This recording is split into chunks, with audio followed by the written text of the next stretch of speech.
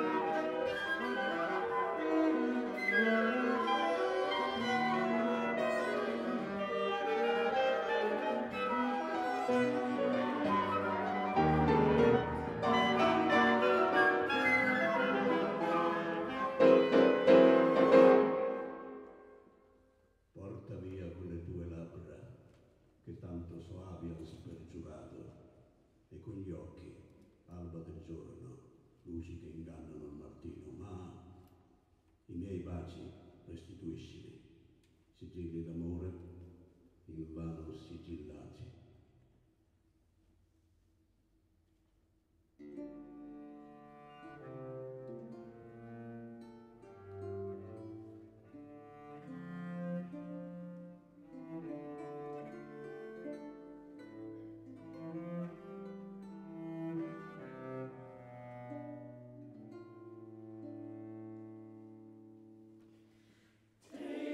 Take us, please, somewhere.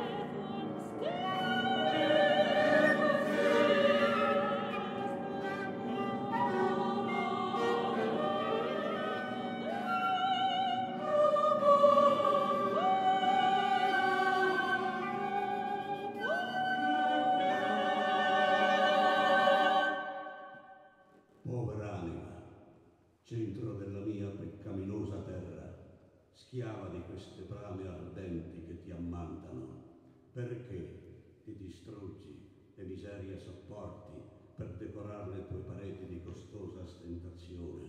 Perché si alto prezzo per un sì breve affitto sprechi tu pagando questa effimera dimora? Dovranno forse i vermi, eredi di tanti eccessi, divorare ogni ricchezza, e tale è il fine del tuo corpo? Allora anima, sfrutta la rovina del tuo servo e lascia che patisca per aumentare le tue risorse. Compra eternità divine vendendo ore di fango. Passiti del tuo spirito senza più sfarzo esterno. Così ti nutrirai di morte che di uomini si nutre, e con morte morta si estinguerà il morire.